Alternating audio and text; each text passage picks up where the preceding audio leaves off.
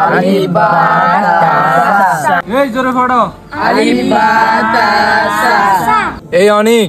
জি হুজুর। পড়া বলো। আলিফ। ওরে আল্লাহ, আজকে তো পড়া হয়নি। হুজুর, আজকে আমাকে বাজারে যেতে হবে, জলদি ছুটি দিয়ে দেন, না হলে আমার মা রাগ করবে। আচ্ছা যা যা, তো ছুটি। জিম হা খ দাল জাল র জা সিন। এই ফিয়াম। জি হুজুর। পড়া বলো। জিম হা খ দাল জাল র জা। হুজুর, কি হলো? আজকে আমার আবার ছুটি লাগবে,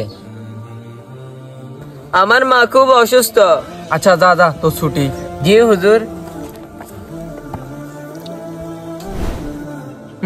না, আচ্ছা এই প্রতিদিন কোনো না কোনো বাহানা দিয়ে ছুটি নেই।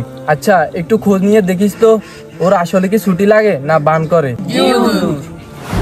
কেমন কেমন হুজুর আজকে আমাকে ছুটি দিয়ে দিছে। ছুটি দিলো না আমার মতো বাটপারি করে ছুটি নিলি? বলছিস তার মানে তুই প্রতিদিন মিথ্যা কথা বলে ছুটি নিস? আরে আমি একদিনও পড়া পারি না, এই জন্য আমি মিথ্যা কথা বলে ছুটি নিয়ে আসি। হায় হায়, তুই কি বলস? আচ্ছা চল চল বাড়ি চল। চল চল চল। দাল জাল র জা সিন সিন। এই তোমরা এখন ফটা দিবে। হুজুর। কি তোর দাদা মরে গেছে নাকি আজকে? জি হুজুর, আমার দাদা মরে গেছে। হ্যাঁ, আজকে একটু পরে জানাজা হবে। আপনি কিভাবে জানলেন? আমি সব কিছু জানি, চল আজকে তোর বাড়িতে যাব, তোর দাদা জানাজা পড়ে আসি। আরে এখন আমি কি করব?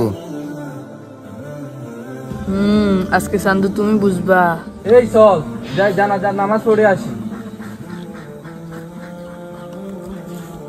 আসো।